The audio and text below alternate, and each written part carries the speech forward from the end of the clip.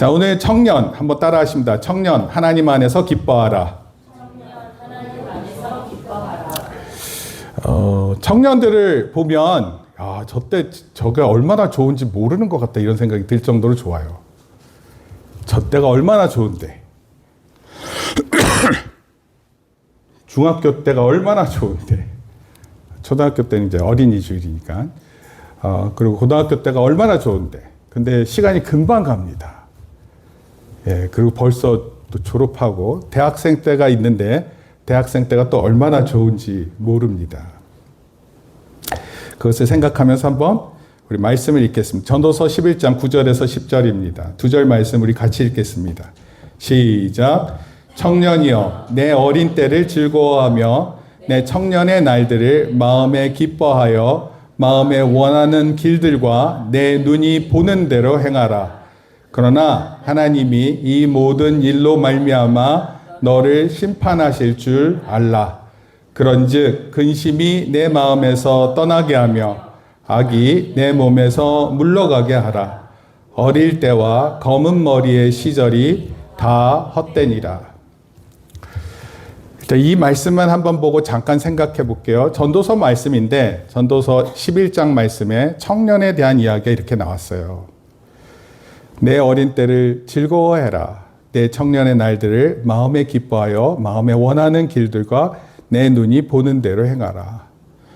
여러분 삶을 이렇게 볼 때 우리 청년들 저를 보세요. 네, 저기 목사님 봐야 돼요.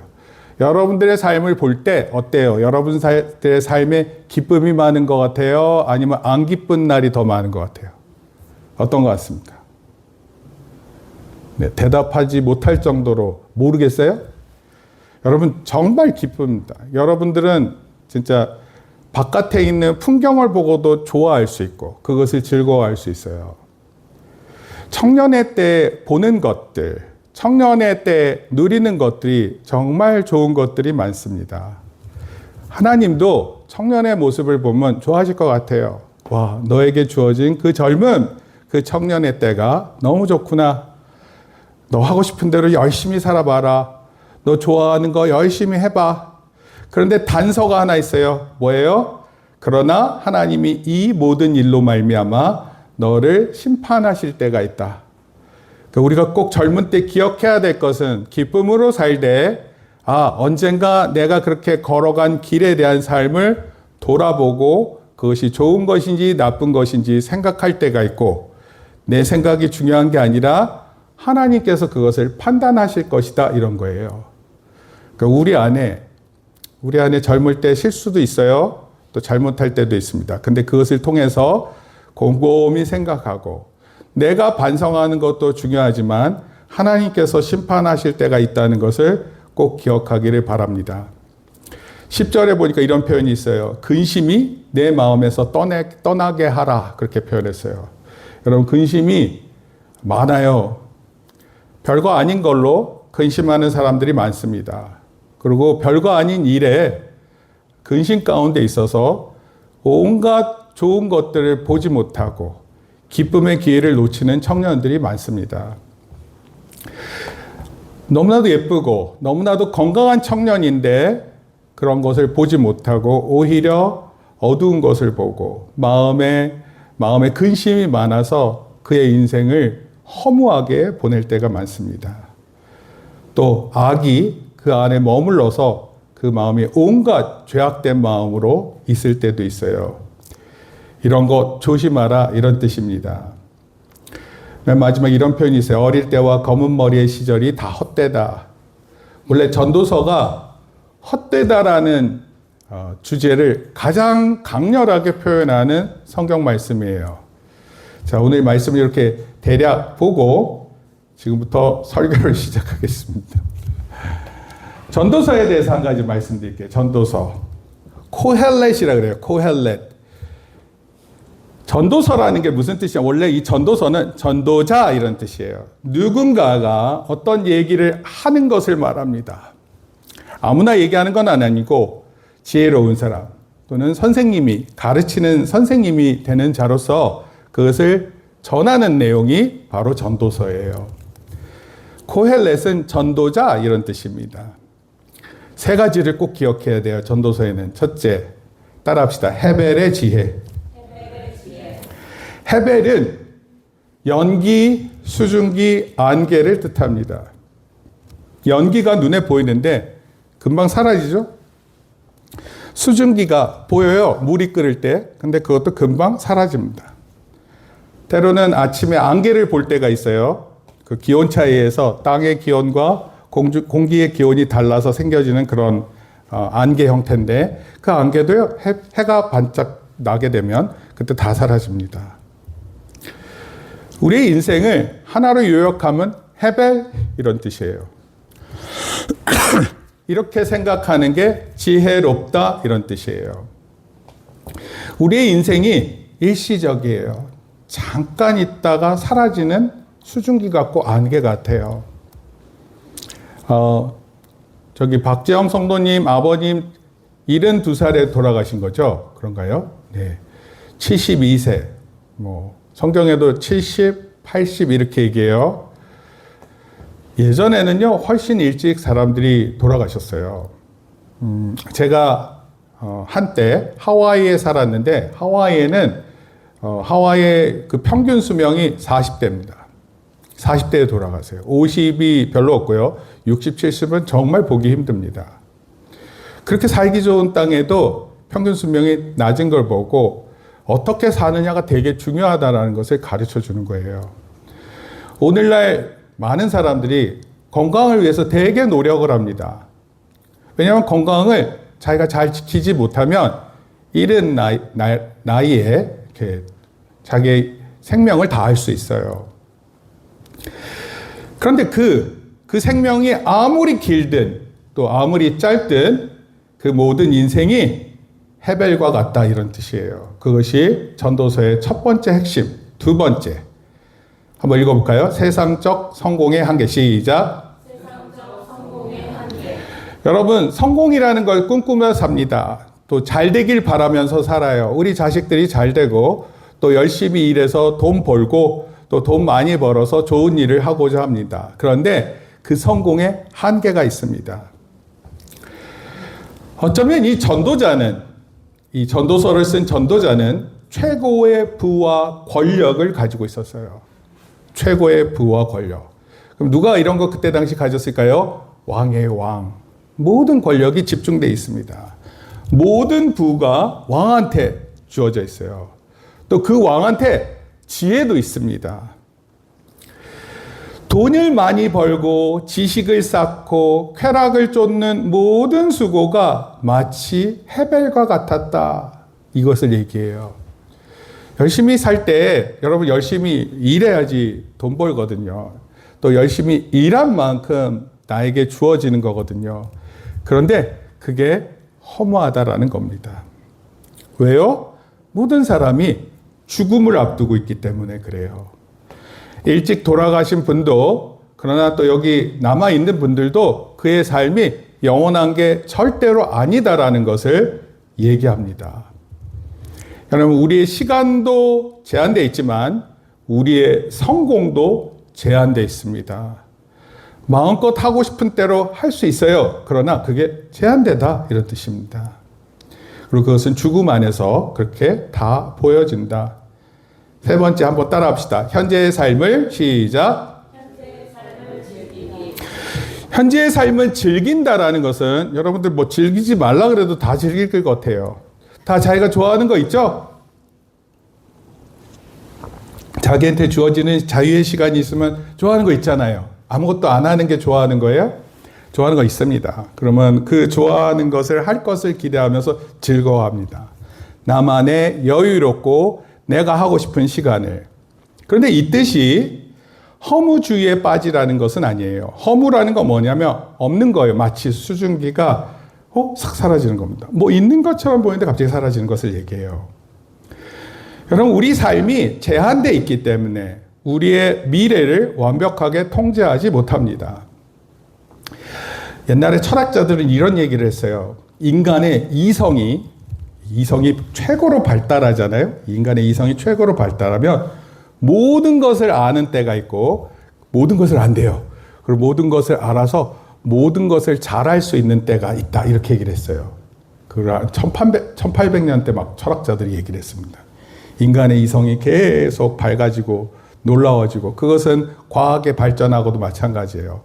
더 있는 사실을 더 깨닫게 되면 그때 사람들이 모든 것을 알고 모든 것을 잘할 수 있을 것이다. 이렇게 생각을 했습니다. 여러분, 모든 게 다 주어지고 모든 편리함이 우리에게 있지만 그렇다고 해서 그게 우리에게 다 모든 좋은 것으로 있지 않는 것 같아요. 현재의 삶 가운데서 만족하라는 것입니다. 지금 내가 살아갈 때 여러분들 음료수 좋아해요? 음료수? 네, 음료수 뭐 좋아해요? 얘기해 보세요. 네, 음료수 별로 좋아하지도 않는 것 같은데. 네, 뭐 좋아하십니까? 네, 우린이 뭐 좋아해요? 오렌지? 오렌지? 오랑지나 뭐 그런 있어요. 맞아요. 있습니다. 그런 음료수. 우리 민서는 뭐 좋아해요? 좋아하는 거 있으면 사주려고 그래, 목사님이. 너 따져 물어서 막 혼내려고 그러는 게. 왜냐면 애들이 다 모드가 다 이렇게 우울한 모드예요. 뭡니까? 무슨 음료수예요? 네? 홍차? 네. 공차. 아, 그 브랜드 네임 얘기하는 거예요? 공차에서 나오는 건 다 좋아해요? 공차에서 뭐 마셔요? 네, 더 캐묻지 않을래요. 우리 장예린 메가커피입니까? 메가커피? 거기서 알바 좀 했었는데. 네. 저는 뭐 좋아하는지 혹시 아세요? 제가? 목사님 뭐 좋아하는지를 몰라요? 아, 커피요? 커피 좋아하는데 저 원래 좋아했었던 게 있어요. 그게 뭐냐면 다이어트 펩시입니다. 다이어트 펩시. 네. 펩시콜라 좋아했습니다. 그래서 제가 한때는 집에다 쌓아놓고 마셨어요. 네, 밥 먹을 때 한 2캔 정도 마실 수 있습니다. 밥 먹으면서. 된장찌개, 펩시, 다이어트 펩시 마시면 얼마나 맛있는지 모릅니다. 근데요, 그거 제가 지금도 하고 있을 것 같아요? 아닙니다. 여러분, 그때 좋아할 때 좋아하세요. 그렇지만 그거에 때가 있어요. 소소한 일들을 좋아하세요. 음식 먹을 때 좋죠? 좋아하는 음식 먹을 때 기분 좋잖아요. 맨날 좋은 음식 먹고 싶은데 맨날 좋은 음식이 떠오르질 않아요. 여러분, 그때마다 좋아하는 것을 즐기고 만족하면서 살라는 뜻이에요. 때로는 맛없는 게 주어질 때도 있고 내가 좋아하는 음료를 마시지 못할 때도 있어요. 그렇지만 그러나 그 주어진 것을 만족하면서 지내는 게 바로 현재의 삶을 즐긴다, 이런 뜻입니다. 다시 한번 우리 성경 말씀 읽어봅니다. 청년이여, 시작. 청년이여, 내 어린 때를 즐거워하며 내 청년의 날들을 마음에 기뻐하여 마음에 원하는 길들과 내 눈이 보는 대로 행하라. 그러나 하나님이 이 모든 일로 말미암아 너를 심판하실 줄 알라. 그런즉 근심이 내 마음에서 떠나게 하며 악이 내 몸에서 물러가게 하라. 어릴 때와 검은 머리의 시절이 다 헛되니라. 하나님께서 주신 자유와 기회 안에서 기쁘게 살고요. 또 하나님이 그걸 우리에게 원하시는 것 같아요. 그렇지만 우리의 모든 선택을 하나님께서 판단하실 때가 있다는 것을 꼭 기억하세요. 우리의 삶이 많은 전도자들의 이야기에 따르면 헛되어 잠깐 있다 사라지는 것입니다. 그렇다 하더라도 그 안에 하나님 주신 기회 안에서 만족하며 살 수 있는 저와 여러분이 되라, 이런 뜻입니다. 이 말씀을 통해서 2가지로 살펴봅니다. 3가지인 것 같아요. 첫 번째 한번 같이 읽겠습니다. 청년들아, 시작. 청년들아, 하나님 안에서 기뻐하라. 하나님이 주신 선물의 삶을 누리라. 여러분들에게 지금 주어져 있는 삶 있잖아요. 삶. 지금 이렇게 숨 쉬고 있고 내가 살아서 생각하고 지금 예배를 드리며 하나님의 말씀 듣는 이 순간 있죠? 이거 선물이에요. 이거 여러분들한테 거저 주어지는 게 아닙니다. 하나님께서 주신 선물이에요. 여러분, 어느 정도 시간이 지나가면 사람들 몸이 아파요. 그럼 몸이 아프면 이런 생각을 합니다. 내가 지금 몸이 너무 아픈데 내일 아침에 내가 눈을 뜨면 살아있을까? 이럴 때도 있어요. 너무 피곤해서 힘들 때. 나도 내 때를 장담할 수 없는 때가 있습니다. 나이 드신 분들에게는. 그때요, 내가 숨 쉬고 있다라는 거, 내가 아침에 눈을 뜬다는 게 얼마나 소중한지 몰라요. 여러분, 지금 여러분들에게 주어지는 이 평소의 삶이 그런 거예요. 하나님 앞에서 기쁘게 산다는 것은요, 마음대로 산다는 것을 전제하지 않습니다. 학원에 있다 보니까 애들한테 자, 너희들 자유시간 줄게. 그때 너 핸드폰 할 수 있으면 애들 얼굴이 막 밝아집니다. 그러니까 반대로 공부하고 뭔가를 위해서 열심히 하는 건 되게 어두워요. 왜 그럴까요? 원래는 이 모든 주어지는 것들이 소중하고 감사하고 기쁜 일인데 어느 순간 사람들 마음 가운데 기쁘고 또는 슬프고 어두운 이런 것들을 마음에 정해놓은 것 같아요. 우리가 반드시 해야 할 일은 힘들고 어렵고 어둡고 그리고 우리가 좋아하는 일을 할 때는 기쁘고 즐겁고 밝고 이런 식으로 생각하는 것 같습니다. 그런데요, 하나님께서 우리에게 마음껏 누리라고 했었던 그 기쁘게 사는 삶이 우리의 선택 안에 있는 게 분명해요. 그런데 우리가 좀 생각하면 좋을 것 같아요. 좀 생각을 해서. 하나님께서 주신 기회 가운데 공부를 하는 것도 기쁜 일이고 또 하나님께서 주신 기회 안에서 내가 좋아하는 일을 하는 것도 기쁜 일이에요. 자, 이게 모두 다 기쁜 일이에요. 모두 다 어두운 일이 아닙니다. 기쁜 일이에요. 그런데 한 가지, 우리가 그 선택을 했었을 때 하나님께서 책임을 물으실 때가 있을 거예요. 너 왜 이때 이거 이렇게 했어? 왜 이것만 했어? 이렇게 할 수 있어요. 그래서 우리에게 주신 삶의 선물이 하나님께서 물으실 때 그것을 우리가 대답할 수 있게끔 준비해야 합니다. 기쁨은 죄책감 없이 방종하는 것이 아닙니다. 방종은 막 마음대로 하는 거예요. 하나님이 주신 젊음, 시간, 관계, 꿈, 재능 등을 감사함으로 누리는 거예요. 저는 청년 때 찬양하는 것을 좋아했습니다. 그래서 목사님이 이제 찬양 리더를 많이 했어요. 중학생들, 고등학생들 또는 청년들 또는 어른 예배를 인도할 때도 찬양을 인도했습니다. 찬양을 저 좋아하니까 찬양을 했고 같이 찬양을 부르면서 은혜가 넘쳤어요. 여러분 그런 게 마음속에 큰 느낌을 갖고 있어요. 목사님이 찬양을 좋아하다가 목사님이 사역을 시작할 때, 전도사 사역 시작할 때 제일 먼저 한 게 뭐였냐면 지휘자였습니다. 뭐 교회 사역도 있는데 교회 사역 안에 음악 사역도 있거든요. 지휘자를 했어요. 지휘자. 지휘를 했는데 저는 음악 전공할 사람도 아니고 지휘 전공을 한 사람 더더욱 아니에요. 그런데 하나님께서 주신 가운데 열심히 했습니다. 그리고 그 성가대가 정말 좋아했어요. 기뻐했습니다. 지금도 그때 좋아하던 나이 드신 권사님들이 있어요. 나이가 들면 높은 음을 내기가 힘들어요. 그런데 권사님들한테 같이 우리 찬양할 때 할 수 있는 만큼 최대한 하나님께 찬양을 드리는 게 제일 중요한 거예요. 높은 음 안 나면 그냥 높은 음 나는 척처럼 불러주세요. 그렇게 찬양하면서 같이 찬송가를 부르고 그랬어요.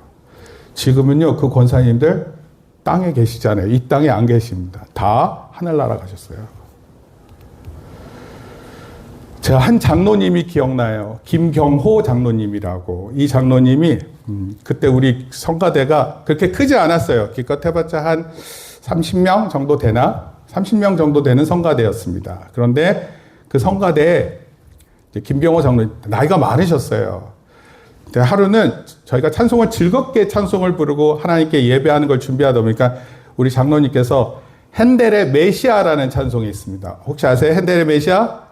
할렐루야, 할렐루야, 할렐루야, 할렐루야 이런 찬송입니다. 근데 그 찬송의 음이 높아요. 장로님 막 70 넘으셨는데 이 장로님이 하루는 전도사님 우리 할렐루야 찬송합시다 그러시는 거예요.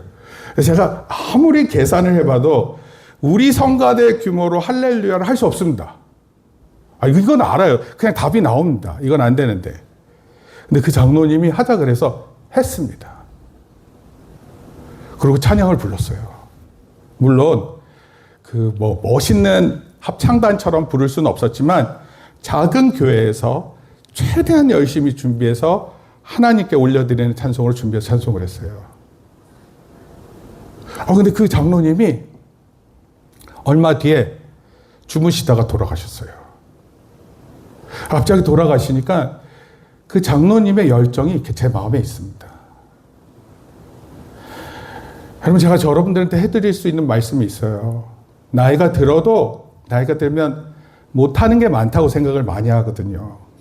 근데 젊은이 못지않게 할 수 있다고 생각하고 하나님을 찬송하는 그런 것을 위해서 나이 많으신 우리 장로님이 자기의 힘을 모두 다 사용하면서 하나님을 찬송했거든요. 근데 그게 너무 소중해 보였습니다. 그래서 목사님도 나이가 들 거 아니에요. 나이가 들기도 있고 들 거고 또 언젠가 그렇게 될 때 제가 가진 모든 힘을 사용해서 하나님을 찬송할 거예요. 왜냐하면 우리 하나님은 그런 분이시기 때문에 그래요. 여러분들, 하나님이 분명히 살아계신다라는 것을 기억하면서 살 수 있는 청년들이 되기를 바랍니다. 여러분들 마음에 원하는 것이 많고 또 눈에 보이는 것들이 많을지라도 꼭 하나님을 기억하세요.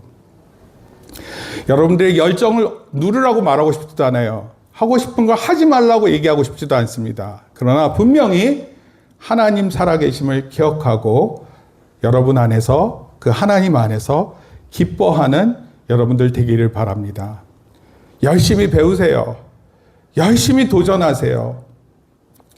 많은 사람을 사랑하세요. 많은 것을 꿈꾸세요. 그리고 열심히 웃으세요. 그리고 세상을 넓게 경험하는 삶 자체가 하나님 주신 큰 선물임을 꼭 기억하세요. 처음에 말씀드렸던 것처럼 하나님은 여러분을 보고 기뻐하십니다. 젊다는 모습 그 하나로 하나님 기뻐하세요. 청년이라는 그 이름 하나로 하나님 기뻐하십니다. 나도는요, 저도 부러워요. 여러분들이 부럽습니다. 여러분 순간이 지금 정말 예쁘고 남자답고 멋있고 그리고 가장 소중하게 기쁜 순간임을 잊지 마세요. 목사님도 그런 얘기 많이 들었어요. 젊었을 때 너희들은 젊다는 것을 모른 채 젊음을 더 보낼 것이다, 이런 얘기를 했거든요. 그분이. 근데 그런 것 같아요. 젊다는 거 그때는 잘 모르고 이렇게 막 사람도 많이 무시하고 막 그랬거든요. 근데 요즘에는 그냥 보면 어느 누구든지 그 젊음이 너무 보기 좋습니다. 그리고 너무 복되고 하나님의 기쁨이 되는 줄 믿습니다. 두 번째 살펴봅니다. 청년들아, 시작. 청년들아, 하나님 안에서 방향을 가지고 기뻐하라. 네, 이게 뭐 글자가 좀 많이 깨졌나 보네요, 뭐가. 네, 기쁨에는 방향이 있다. 방향 없는 기쁨이 아니라 방향이 있다, 이런 뜻입니다. 그거는 이 말씀으로 우리가 좀 생각을 해야 될 것 같아요. 하나님이 이 모든 일로 말미암아 너를 심판하실 줄 알라. 그러니까 기억해야 돼요. 우리가 기뻐하는 게 이거 나만 좋아하는 것인가? 하나님은 이 길을 하나님도 좋아하고 계시는가? 이것을 생각하면서 방향을 설정해야 됩니다. 내가 너무 즐거워서 하나님을 잊어버려요. 하나님께서 하셨던 말씀을 깨닫지 못합니다. 하나님이 뭐 계시기는 어디 계셔? 그냥 이게 내 마음대로 하는 건데. 이렇게 생각하는 기쁨은 바른 기쁨이 아니에요. 설마 내가 선택하는 이 기쁨이 다른 사람이 볼 때는 부끄러워하는 일일 수도 있어요. 때로는 내가 가지는 기쁨이 다른 사람에게 상처가 될 수 있습니다.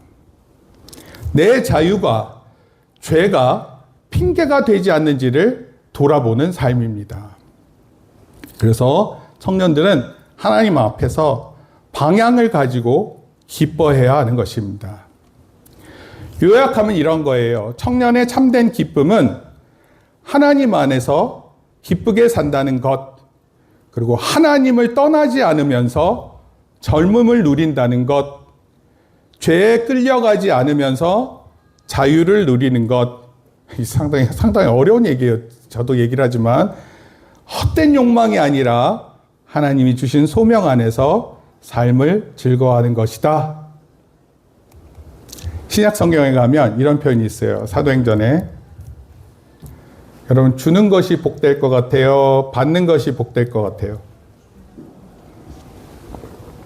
주는 것 같아요? 예수님 말씀을 그렇게 하셨나 봐요, 제자들에게. 공간복음서, 신약 성경 안에 복음서에는 예수님이 하셨던 말씀의 흔적이 보이지 않아요. 그런데 사도행전에 가면 예수님께서 그런 말씀을 하셨대요. 주는 것이 받는 것보다 복되도다. 한번 따라 하십니다. 주는 것이 받는 것보다 복되다. 그걸 예수님께서 얘기하셨대요. 제자들에게 얘기하셨고, 그리고 제자 중 하나가 그 얘기를 합니다. 여러분, 받는 거 좋죠. 선물 받는 거 너무 좋습니다. 그런데 사실은 줄 때 더 행복한 거예요. 그래서 여러분들 이런 것들을 우리 청년회 때 꼭 잘 배우셨으면 좋겠어요. 많은 걸 얻으려고 살아가는 게 아니라 많은 것을 주기 위해서 우리 삶이 주어진 것을 꼭 기억하세요. 그런 삶이 우리 안에 펼쳐지기를 소원합니다. 결론적으로 말씀드릴게요. 사랑하는 성도 여러분, 전도서를 통해서 주시는 청년을 향한 하나님의 기쁨을 우리 모두가 보기를 축복합니다. 여러분, 하나님 그렇게 보고 계세요. 우리에게 주어진 그 젊음이라는 것, 그 시간, 그 순간, 그것이 너무나도 아름답고 하나님 기뻐하십니다. 이와 같은 마음과 눈으로 우리 청년들을 격려해 주시기 바랍니다. 전도서 11장 10절에 이런 표현이 있어요. 근심이 내 마음에서 떠나게 하며 악이 내 몸에서 물러가게 하라. 어떤 사람들 보면 그 삶이 근심으로 가득합니다. 잘 때 잠이 안 와요. 근심이 많아서. 악한 마음 때문에, 악한 생각 때문에 그 마음이 불편합니다. 여러분, 이런 것이 청년의 마음을 짓누를 수 있습니다. 그런데 여러분, 기도하세요. 하나님, 근심이 내 마음 안에 머물지 않게. 근심을 피할 수는 없겠죠. 걱정을 어떻게 피합니까? 그런데 그 걱정이 내 마음에 너무 오래 있지 않기를 위해서 기도하세요. 때로는 그 모든 염려를 내려놔야 돼요. 그래야 잠을 잘 수 있습니다. 그래야 쉴 수 있습니다. 동시에 악은 우리의 몸과 삶을 망가뜨리는 것이기 때문에 반드시 악을 멀리해야 돼요. 역시 이것을 위해서 기도해야 됩니다. 그러므로 하나님 안에서 기쁘게 사는 청년은 걱정에만 묶이지 않고 쾌락에만 끌려가지도 않는 사람들입니다. 결국 청년의 기쁨은 하나님을 기억하는 기쁨, 오늘을 만족하고 감사하는 기쁨, 옳은 것과 나쁜 것이 있을 때 선한 길을 선택하는 기쁨, 그리고 내 인생이 하나님 안에 있다라는, 또 하나님 앞에 있다는 사실을 깨닫는 기쁨임을 믿습니다. 할렐루야. 우리 나이 드신 분들도 청년의 때를 다시 생각하시면서 회복하시고 더더욱 하나님 앞에서 기쁨으로 살아가는 저와 여러분 되기를 축복합니다. 기도하시겠습니다. 기도하기 전에 제 청년 사랑 선언문 제가 하나 또 써놨어요.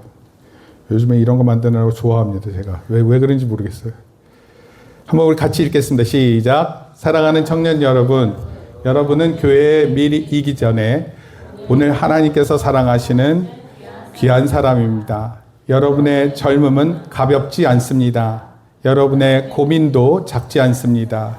진로의 불안, 관계의 아픔, 믿음의 흔들림, 말하지 못한 외로움까지 하나님은 모두 알고 계십니다. 우리는 여러분에게 더 잘하라고만 말하지 않겠습니다. 더 빨리 성공하라고만 재촉하지 않겠습니다.